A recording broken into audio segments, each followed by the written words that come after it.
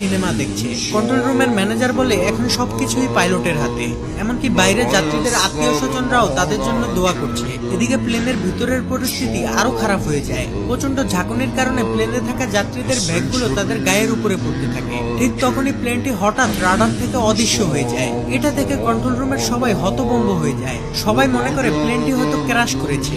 সবাই প্রচন্ড ভেঙে পড়ে। কন্ট্রোল রুম থেকে তাদের সাথে যোগাযোগ করার জন্য সর্বোচ্চ চেষ্টা করে, কিন্তু এতে কোনো লাভ হয় না। তারা সকলেই বুঝে যায় প্লেনের ভিতরে হয়তো আর কেউই বেঁচে নেই।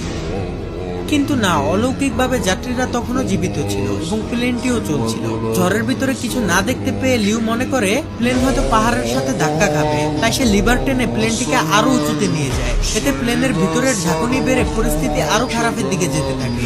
লিউর মাথায় তখন একটা জিনিসই ঘুরছিল যে প্লেনের মধ্যে থাকা 19 জন যাত্রী এবং সে সহ 9 জন ক্রু মেম্বারের জীবন এখন তার হাতে, অর্থাৎ 128 জন মানুষের প্রাণ হাতে নিয়ে লিউ তার সম্পূর্ণ অভিজ্ঞতা দিয়ে প্লেনটিকে কন্ট্রোল করতে থাকে। মৃত্যুকে কাছ থেকে দেখা যাত্রীগুলো এখন তাদের মনের কথা বলতে শুরু করে। অনেকেই জীবনের শেষ ভিডিও বানায় তাদের প্রিয়জনদের জন্য।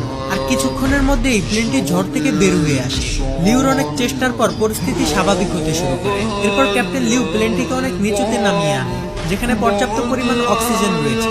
এরপর সকল পাইলটরা ভালোভাবে দেখার জন্য অক্সিজেন মাস্কটি খুলে ফেলে। ঠিক তখনই চ্যাংডু এয়ার কন্ট্রোল সেন্টারের রাডার প্লেনটিকে আবার ডিটেক্ট করে ফেলে। এটা দেখে কন্ট্রোল রুমে থাকা সবাই খুশি হয়ে যায়। তারা যেন বুক ফুলিয়ে শান্তির নিঃশ্বাস নেয়। এমনকি কন্ট্রোল রুমের সাথে প্লেনের রেডিও কানেকশনও ঠিক হয়ে যায়। এমন ভয়ঙ্কর অবস্থা থেকে ফিরে আসা কন্ট্রোল রুমের কেউই যেন কল্পনা করেনি। যাই হোক, রেডিও কানেকশন ঠিক হওয়াতে ক্যাপ্টেন লিউ আবারও কন্ট্রোল রুমের সাথে যোগাযোগ করতে সক্ষম হয়। কিন্তু উইন্ডো শিল্ড ভাঙা থাকার কারণে প্রচন্ড বাতাসে পাইলটদের কথা কন্ট্রোলাররা বুঝতে পারে না। কিন্তু কন্ট্রোল রুমের কথা যেহেতু তারা শুনছিল, তাই কন্ট্রোল রুম থেকে তাদেরকে ইমার্জেন্সি ল্যান্ডিং করতে বলে।